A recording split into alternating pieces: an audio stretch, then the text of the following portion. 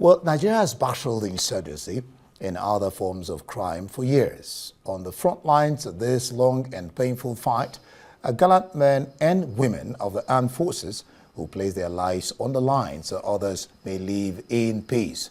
Well, as the nation marks the Armed Forces celebration and Remembrance Day, Arise News correspondent Ihu Todo spoke with soldiers and families of the armed forces to count the true cost of keeping Nigeria safe.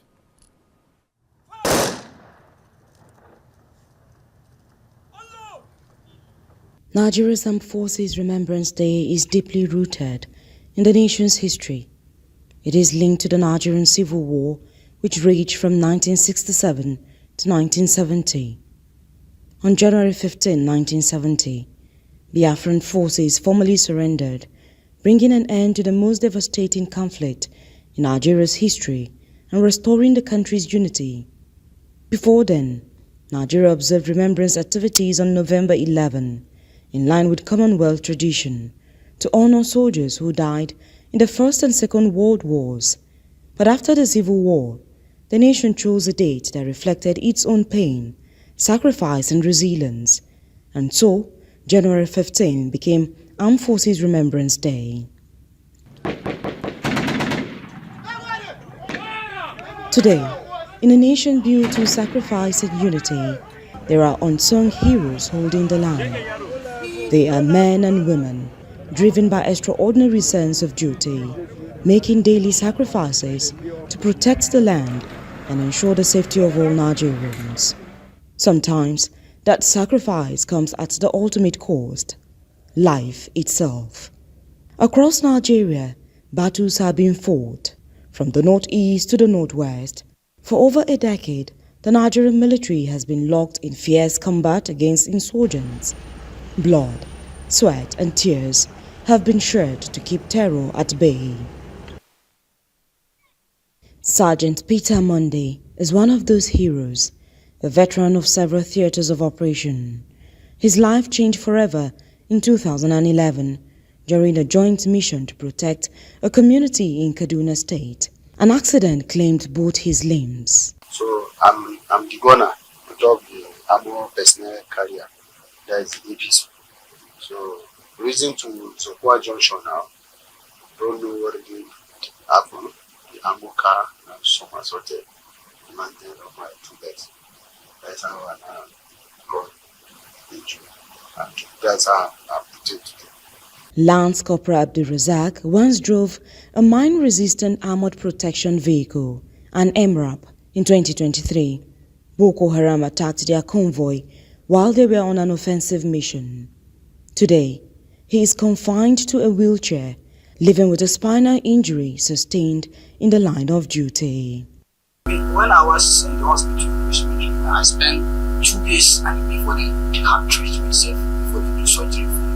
That is why I'm still having this problem. The scars of conflict go beyond Nigeria's borders. Corporal Mohammed Garba, Ogona deployed to Sudan on a peacekeeping mission, lost an eye while serving under the Nigerian flag.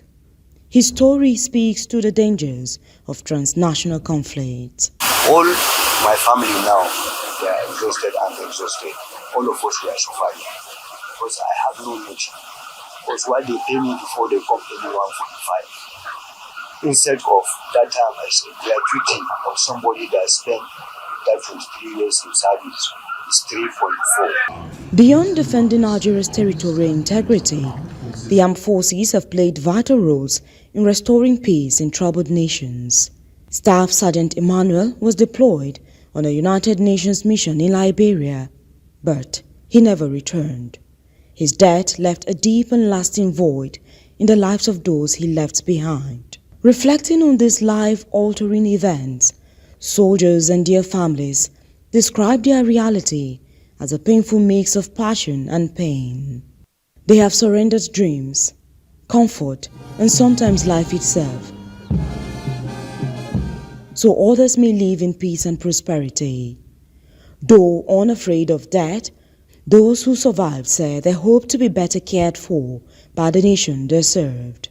The welfare of 7 personnel and families of fallen heroes remains a major concern.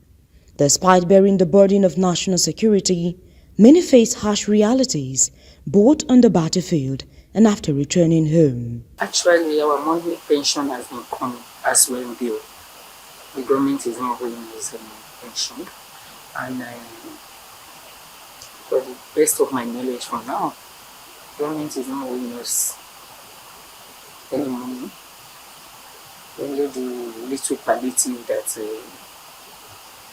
has been delayed. I can't say they are not going to give it to us, just that it's been delayed because of what is going on in the country. Serving in the military is about sacrifice, service and survival.